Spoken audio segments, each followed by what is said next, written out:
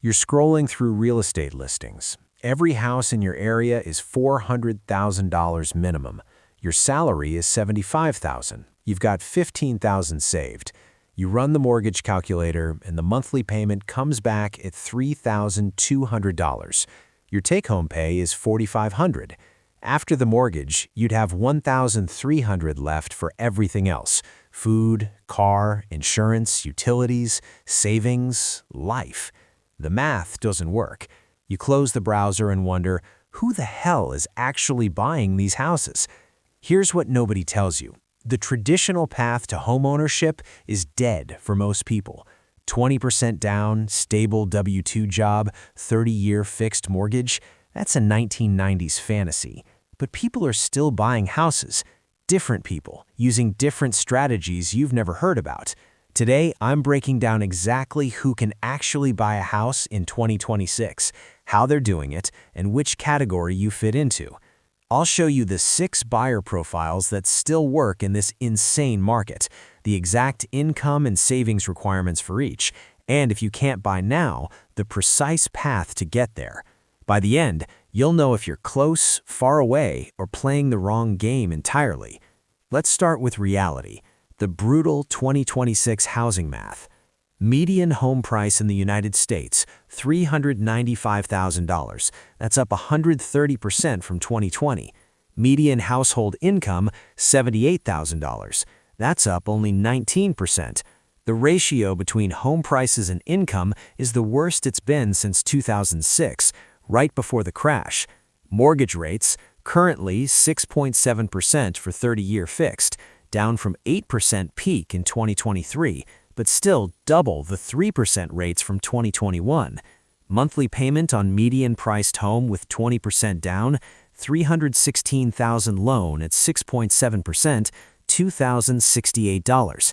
Add property tax, insurance, HOA, total monthly $2,700.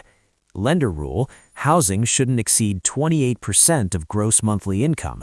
To afford $2,700 monthly, you need gross income $9,643 monthly, $115,700 annually.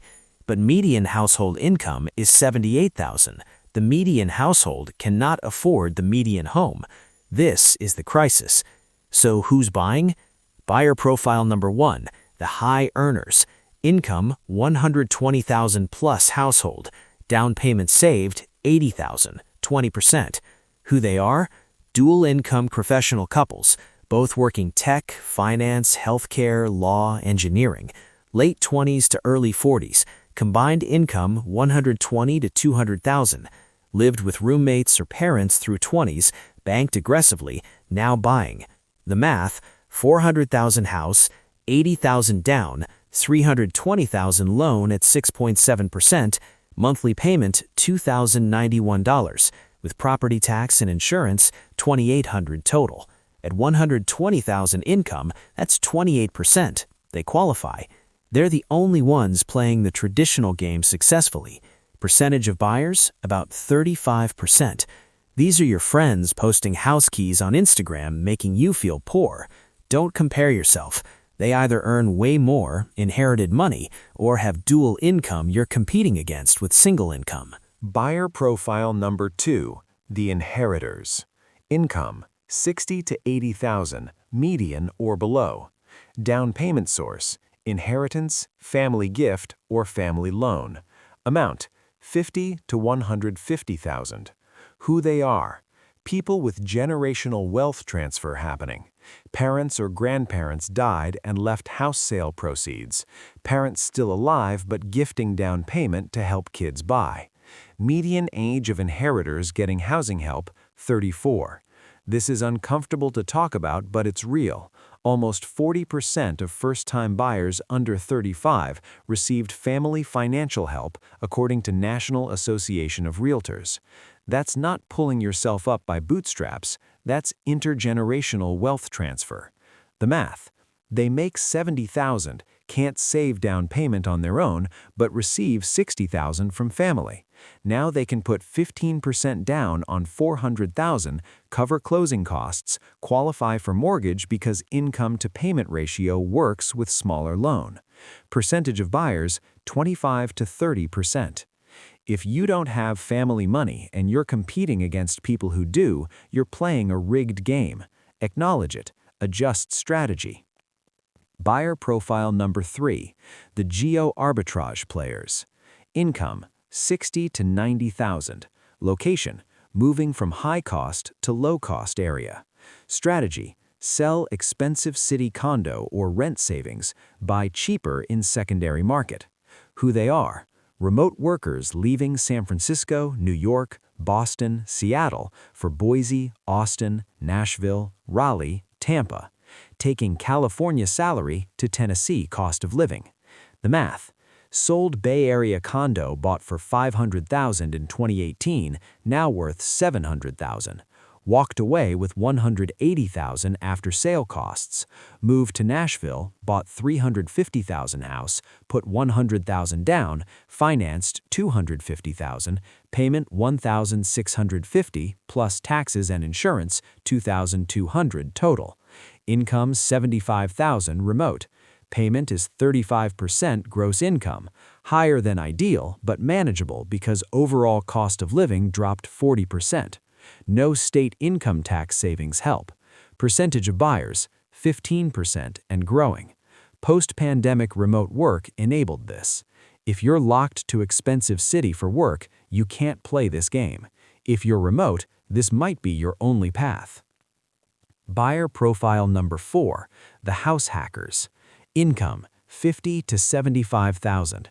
Strategy, buy multi-unit property, live in one unit, rent others to cover mortgage. Down payment, 3.5 to 10% using FHA or conventional loan. Who they are: savvy first-time buyers treating home purchase as investment, not just residence. Mid-20s to mid-30s, willing to sacrifice perfect home for wealth building. The math: buy $350,000 duplex, live in one unit, rent other for $1,500 monthly. FHA loan requires 3.5% down, $12,250. Monthly mortgage at 6.7% on $337,750, $2,200. Property tax and insurance, $500. Total, $2,700. Rental income, $1,500. Net cost, $1,200. That's 18% of $65,000 income, suddenly affordable. Plus building equity on entire property while tenant pays half the mortgage. Percentage of buyers, 10%. This requires finding multi-unit property, accepting roommate-adjacent living, managing tenant, but it's the smartest wealth-building entry path if you can stomach it. Buyer profile number 5, the extreme savers. Income, 70 to 100,000. Down payment, saved 50 to 80,000 over 5 to 7 years through extreme frugality. Who they are: people who lived like broke college students through their 20s and early 30s despite earning decent money. Drove 10-year-old cars, lived with roommates until 30, never vacationed, brown-bagged lunch, invested every raise. Now they're 32 to 38 with massive down payments saved. The math: earned $70,000 starting at age 25, lived on $40,000, saved $30,000 annually. By age 31, saved $180,000, put $70,000 down on $370,000 house, kept $110,000 for emergency fund and reserves. Financed $300,000, payment $1,960. Income now $90,000, payment 26% of gross. Percentage of buyers, 10 to 15%. These are rare, requires monk-like discipline, delayed gratification, and stable employment for years. Most people can't or won't do this. If you can, you'll beat everyone who out-earns you but spends it all. Buyer profile number 6, the creative financiers. Income, 50 to 80,000. Strategy, non-traditional financing, seller financing, subject to deals, lease options, private money, hard money bridge loans. Who they are: real estate investors, entrepreneurs, people with irregular income who can't qualify for conventional mortgages, or people buying distressed properties. The math: find a seller who owns property free and clear, negotiates seller financing. $400,000 house, seller agrees to hold mortgage at 5%, 10% down, $40,000. Seller finances $360,000 over 30 years, payment $1,933. Seller gets steady income stream, buyer avoids bank qualification requirements. Or buy distressed property for $250,000 using hard money loan at 12% interest only for 1 year, renovate for $50,000, refinance into conventional mortgage at $350,000 appraised value, pull out equity. Percentage of buyers, 5 to 10%. This is advanced, requires education, risk tolerance, connections. Not for first-time buyers unless you're committed to learning real estate investing. Who can't buy in 2026? Profile: single income, 50 to 75,000, no family help, no inheritance, living in high-cost city, not remote, can't house hack, has student debt and car payment, saved 10,000 or less. This describes 40 to 50% of millennials and Gen Z. For them, traditional homeownership is currently impossible without major life change.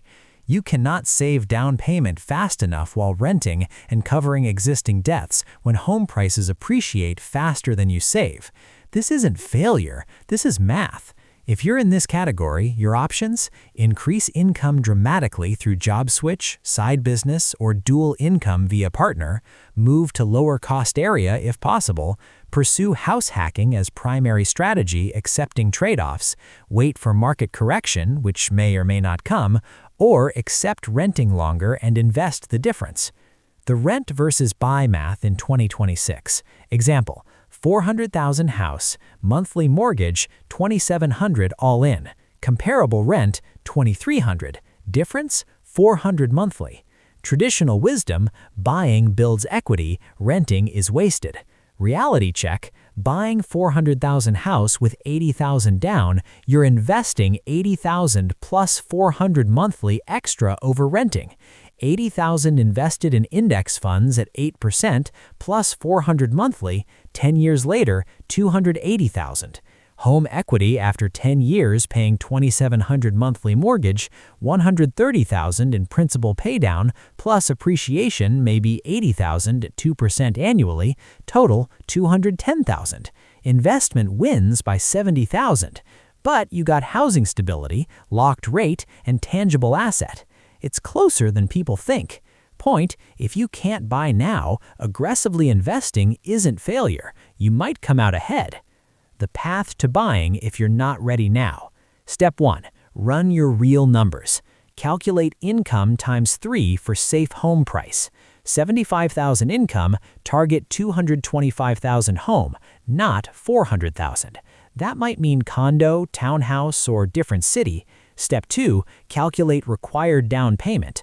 3.5% FHA minimum, but realistically 10 to 15% to avoid PMI and compete. On $225,000, $22,500.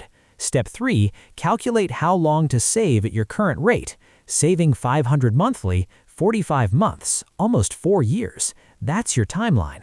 Step 4. Accelerate the timeline. Increase income, side hustle, job switch, certification, partner income, decrease expenses, move to cheaper rental, cut discretionary, sell car, take on a roommate.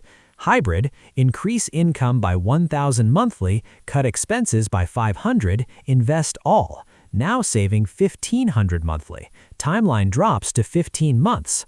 Step 5. During saving period, improve credit score above 740, pay down debts to lower debt-to-income ratio, research first-time buyer programs, location scout lower-cost neighborhoods or cities. The 2026 first-time buyer programs you need to know. FHA loans, 3.5% down, credit score as low as 580, higher interest rates and PMI, good for low down payment but expensive long-term.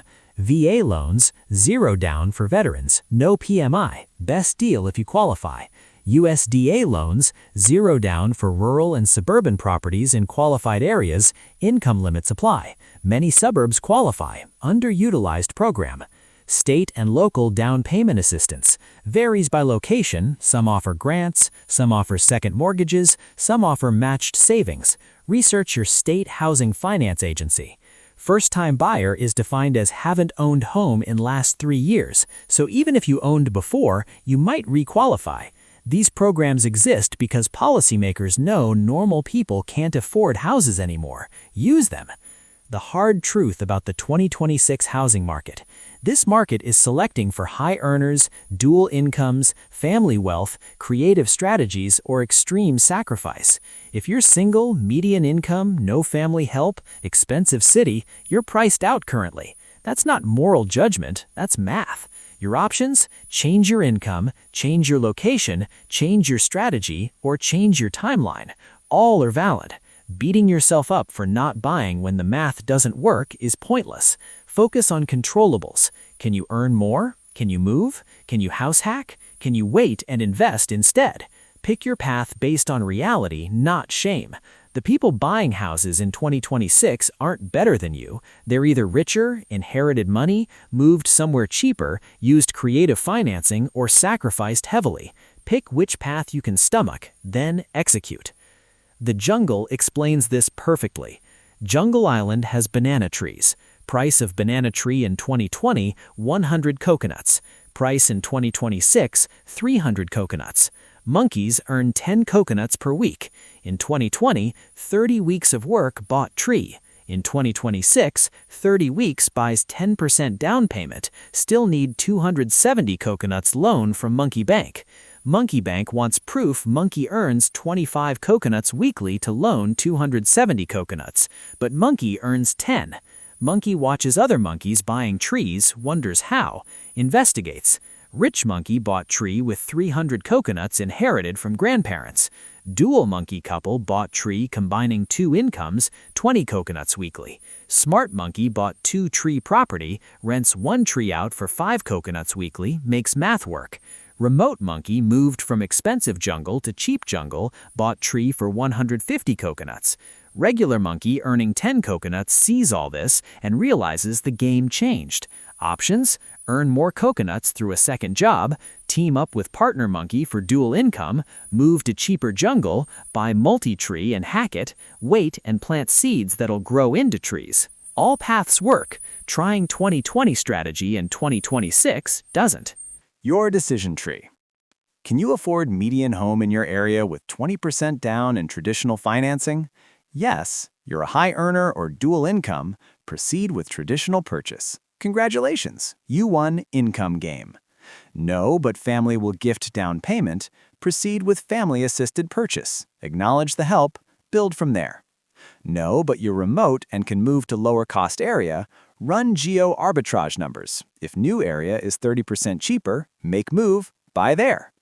No, but willing to house hack multi-unit. Find duplex, triplex, or fourplex. Use FHA loan. Live in 1 unit. Rent others. Sacrifice privacy for wealth building. No, but can save aggressively for 3 to 5 years. Freeze lifestyle, maximize income, invest difference, buy when saved down payment.